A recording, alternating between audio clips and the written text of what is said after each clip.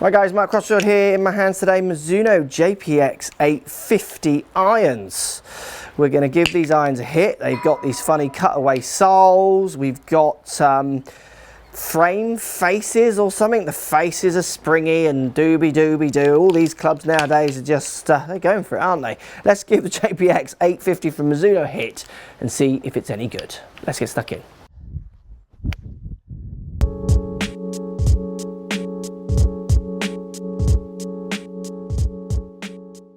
Right guys, Mizuno JPX850, we get a chromed looking head, we get this relieved sole, dual relief sole I think they're calling it, where you get this kind of cutaway bit at the back, which for people who are thinking of turf interaction, how chunky the soles of some of these more game improvement clubs get, that's going to help them and their ideas. It's a cavity backed iron with an undercut cavity. It's got a speed frame face or frame face. It's basically the face is built to bounce and kind of rebound a little bit more across the face, Mizuno is saying. So there's lots of talk of that with other manufacturers at the minute. So everyone's going for the who can make the easiest club to hit in the world bracket now, while still keeping some maybe classic designs, which this one kind of definitely tries to hang on to. 5.7 and wet 9 here. You get longer blade lengths in the longer irons down to shorter blade lengths, so shorter heads in the shorter irons, which is quite appealing. Not that much offset on these, which is going to appeal to lots of people, with a medium to thicker top line.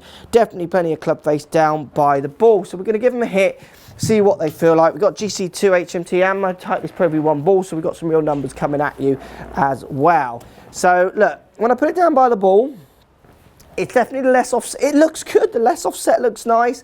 The chrome's going to appeal to the classic kind of people who want that more classic look. I use the Easies in this set, which are darker. This is going back, and I'm actually quite liking the look of that actually, while still getting that kind of game improvement across the board as well, like the Easies offer. But I think this one's going to cross over for people who do want a bit of help but some classical designs, and it's definitely built to help you from the weighting to the face. Let's give it a hit, see what it feels like. Okay, it feels quite nice. Interesting sound off the face. I didn't hit that one that brilliant. Let's give that another go. I was expecting a bigger sound, and it was actually a slightly truer sound, which maybe these sets are going for. Let's give it another hit. Yeah, it's an interesting sound off the face. It does sound like something is going on with that face, you know, so it doesn't sound maybe quite so like a solid hunk of metal. It does sound like there is some spring, almost like a hybrid would sound, you know, when you get that little clippy kind of sound. Let's give the 5-iron a go. So when I go up to the 5-iron, you do get a slightly longer blade length. You don't see any of the club out the back, which will appeal to lots of people. And again, it's minimal offset. Let's give it a hit. So you still got that cutaway sole, and you still got the funky face. Okay, it's a nice sound as well. It's a slightly bigger sound off the 5-iron, I'm thinking, to that 7. I'm not sure if that's just me or the club. Look, I'm thinking this is a good club. Definitely on that, I want friendliness, but I don't want it to look chunky and ugly. I think Mizuno have done quite well with this one. I mean, every manufacturer seems to have 100 sets out at the minute, and Mizuno seems to have quite a few sets of irons. It's hard to keep up. Cool, that's felt really nice, and that's no problem getting up in the air. It'd be interesting to see what the numbers come out like. I could use these. I don't think they would tear me away from the ones I've already got, but I think if you want this kind of helpful set with less offset and some chromy finishes, this one's going to do that for you.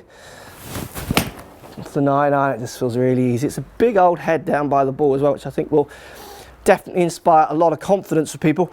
I'm not so fussed with turf interaction and soles, to be honest. I think lots of people read into that too much, but I understand why Mizuno do it. You know, they've got their performance line, which is really looking at sole development and how the club interacts with the turf, la-di-da-di-da, those kind of things. Let's check the numbers out. Let's see what the numbers come out like. I like it. I like it. I mean, is there anything new in the golf world anymore? I'm not sure anything's particularly new. I don't feel like this club is particularly changed massively from, as the numbers show me otherwise, maybe pre-JPX irons. It's the 7-iron again, but I'm pretty sure Mizuno would say they haven't particularly. I mean, they're going to go on about their face, the suspended-y kind of face. And I'm feeling that. Let's check the numbers out and see if we're seeing that in any of the data. Right guys, numbers time, JPX850 irons. Now for me, if you look at the distance, 158 on the 7 iron, 181 on the 5 iron, 137 on the 9 iron. Anyone who watches many of my videos, that's pretty much where those clubs sit for distance. So I wouldn't say it's any particularly longer. Dropping down to 155 with the 7 iron, peaking out at 161.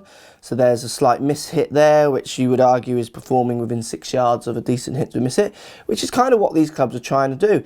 I think lots of the manufacturers really have realised, from maybe real people like myself, who are telling you that clubs are kind of going a distance now. They're kind of maxing out.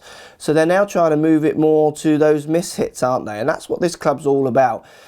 For me, the numbers are good, the spin numbers are where you want them, the peak heights are fine, ball speeds and distances are all good, and nothing shocking. And anyone who watches my videos, again, I don't think you've seen any shocking distances really, maybe in the last 5 years. That's because it's all controlled by the R&A, there won't be any. And anyone saying there is kind of getting it slightly wrong.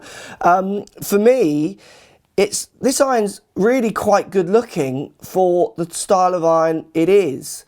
So for a game improvement, for want of a better word, for an iron that's helping you across the face, that has some thickness to it, that little lack of offset and that kind of classic chrome looks, it's a really good crossing over, good looking iron with a lot of help. I would argue this has as much help as anything else out there in the market. And a definite one for you guys to go and try if you're looking for a club that's going to try and help you. Look, we all miss hit. I promise you, I mishit it, you mishit it. When I use my GC2 HMT and show people their strike patterns, they're always amazed where they're hitting it. Those mishits can really affect dispersion, certainly short and long. Any club that's helping you with that, which JPX850 definitely does, is only a positive. Thanks for watching, guys. Post comments down below. Love to hear what you got to say. JPX850 from Mizuno. Going to try it, not going to try it. Too chunky.